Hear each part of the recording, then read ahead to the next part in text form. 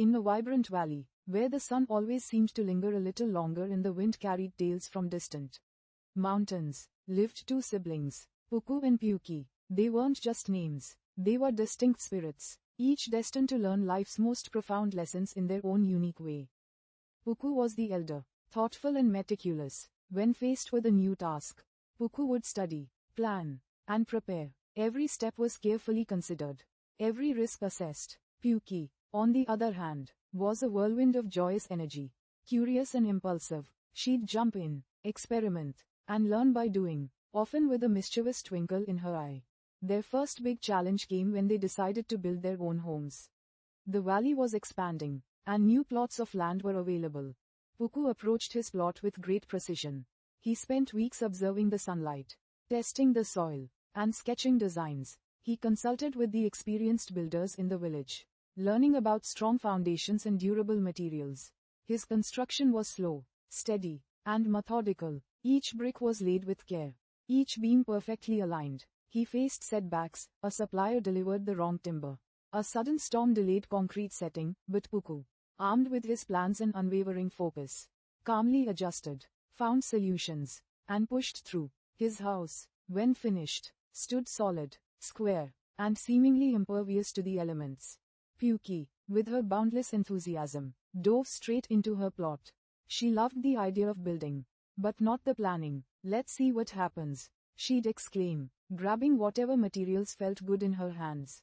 She tried building with rounded stones, then with woven branches, then with clay from the riverbank. Her designs changed daily. She built a wall, decided it was too straight, and knocked it down to make a curved one.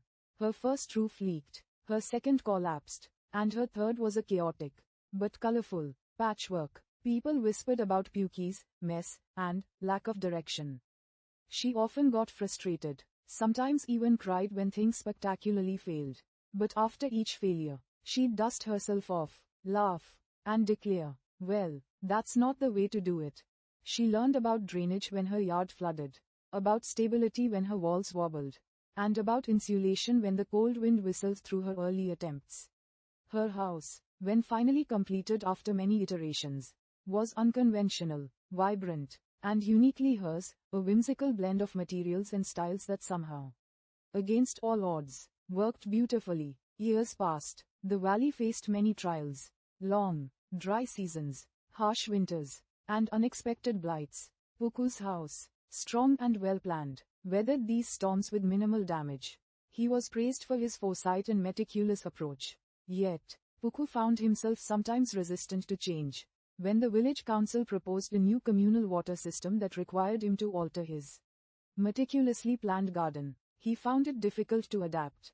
He struggled with anything that deviated from his original, perfect blueprint. He learned that even the best plans needed flexibility.